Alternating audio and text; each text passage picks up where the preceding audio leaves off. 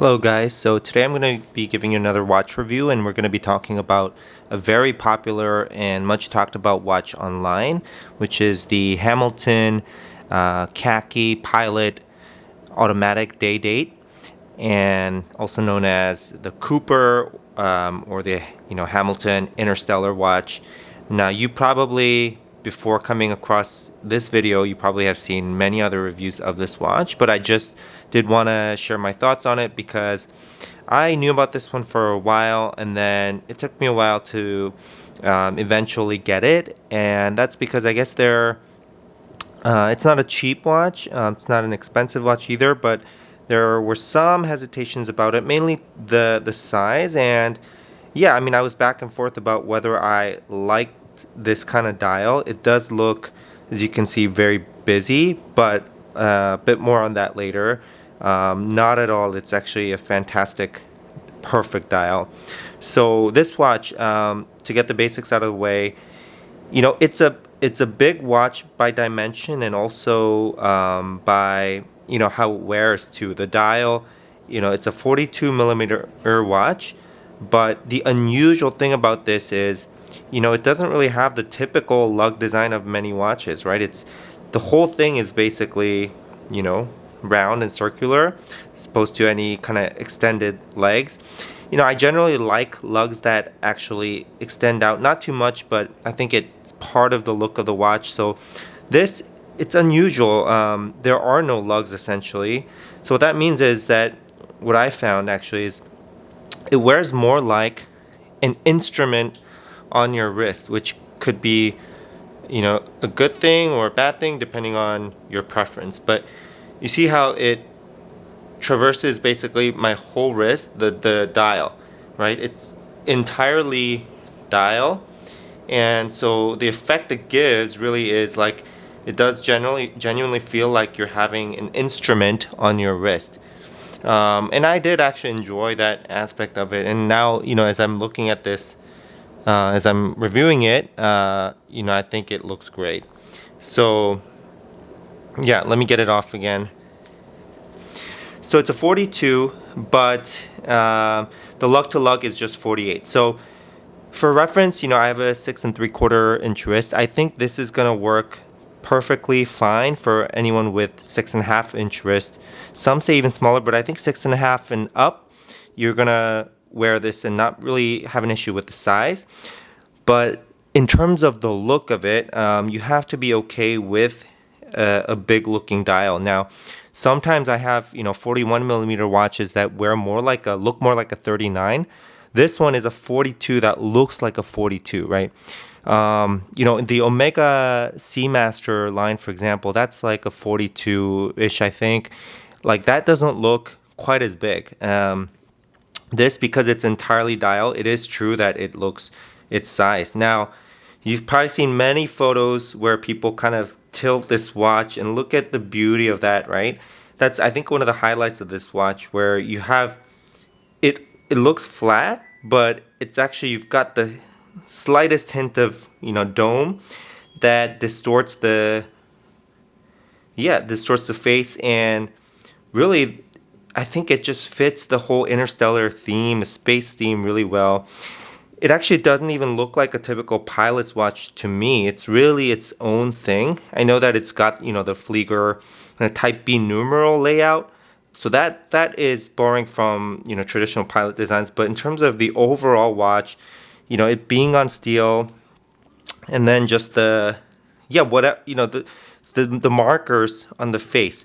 There's so much there that it doesn't really feel like a pilot's watch. And really, I think this is more like a great everyday tool watch. It's robust feeling.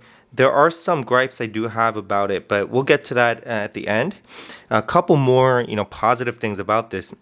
The reason why it feels also more like a tool watch is it's got these crown guards, right? So you feel more secure, bumping this around, like using it anywhere, whatever you're doing.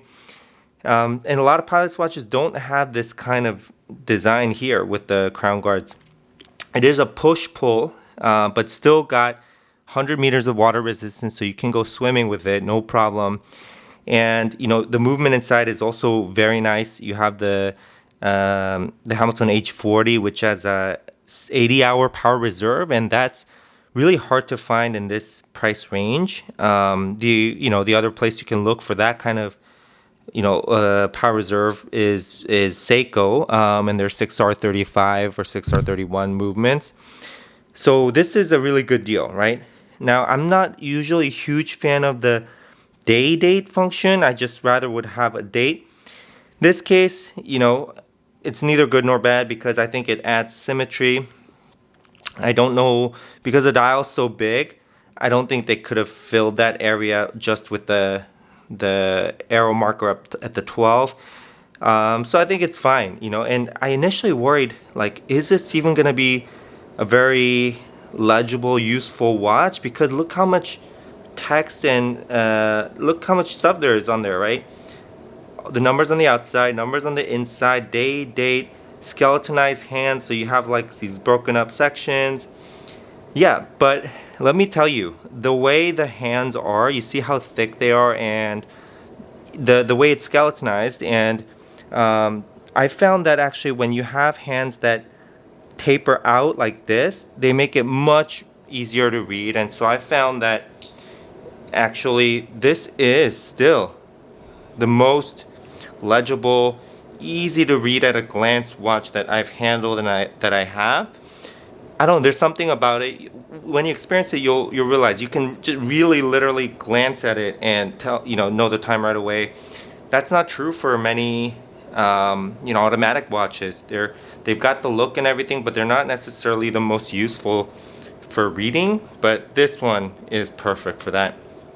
Now, let's see, what else can we talk about? The bracelet, it might have a slight taper, but overall, it's not really a tapered look. It is a solid, feeling bracelet.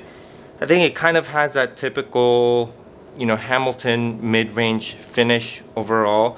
So I wouldn't really say the highlight is in either the bracelet or the case finishing, which is clean, but doesn't really blow you away necessarily. The one bad thing about this bracelet is the clasp is oversized, I think. I mean, you can see it's totally fine on my wrist, and it still just takes up a section in the middle. Like, it's balanced, but I prefer smaller clasps in general. I just don't think that's necessary. But you do have 3 micro adjusts, so you can get a good fit on this for sure. But you'll see, like, the clasp being big when you size it can be a little bit of an annoyance. Now, the movement, I won't show you the back of it. It is see-through case back. Looks nice. I don't really care for see-through case backs. The thing about this watch, the beauty is that as you tilt it, right now you could see indices clearly, shining at you whatever angle. But sometimes these outer markers disappear on you, and so it has a really nice look to it where you just get black right here, right? Again, fits really the space theme. So yeah, I just wanted to give you my thoughts on this. I think it's a great value watch. Retail, of course, is $950 or so, but generally you can find these around $700, which I think is perfect, the perfect price for this kind of watch. So yeah, let me know what you think about this watch, and is the dial too big? I don't know. It's really a preference thing, right? You can see it is kind of on the bigger side, but if you want to show your watch, this is the way to go. All right, happy to share this with you, and I'll see you in the next reviews. Bye.